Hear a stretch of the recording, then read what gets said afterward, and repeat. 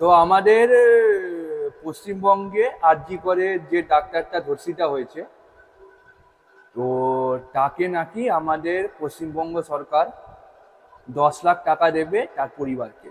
একটি মেয়েকে যে ধর্ষণ করলো তার দাম উঠলো 10 লাখ টাকা, তার ইজ্জতের দাম। বাহ! আর সিরিয়াসলি বলছি, আমাদের যে সরকার যে বলছে যে আর কি এই নাও 10 লাখ টাকা আর তোমার মেয়েকে ভুলে যাও। সিরিয়াসলি ভাই, মানে একটা মেয়েকে তার পরিবারের বাপ মা ভুলে যাবে 10 লাখ টাকা নিয়ে? মানে কি বলতে চাইছেন? এইটা যদি মানে আমাদের যে যারা তোমার সরকারে আছে তাদের সাথে যদি এরকম হতো, তাদের যদি ঘরের কাউকে নিয়ে করা হতো, তো আমরা যদি সমস্ত রাজ্যবাসীরা মিলে যদি তাকে 10 লাখ টাকা করে দিতাম, তো আপনার কেমন লাগতো?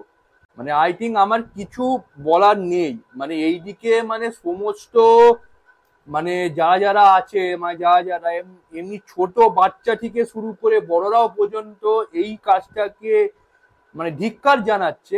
আর আপনি এখানে বলছেন যে 10 লাখ টাকা দেব, সবকিছু শেষ করে দাও, আপনারা যদি চান তো ওনার নামে অন্য কিছু করতে পারেন। বলছি যে আপনি তো নিজেও তো একজন নারী, মানে আপনি নারী হয়ে এরকম একটা কথা বলছেন, কেমন একটা শুনতে লাগছে না?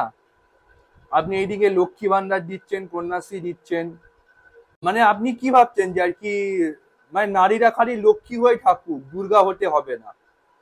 আর এই করে করে তো সমস্ত মানে যারা ছেলেরা আছে, যাদের এরকম বিকৃত মনোভাব মাথায়, তারা তো পার পেয়ে যাবে।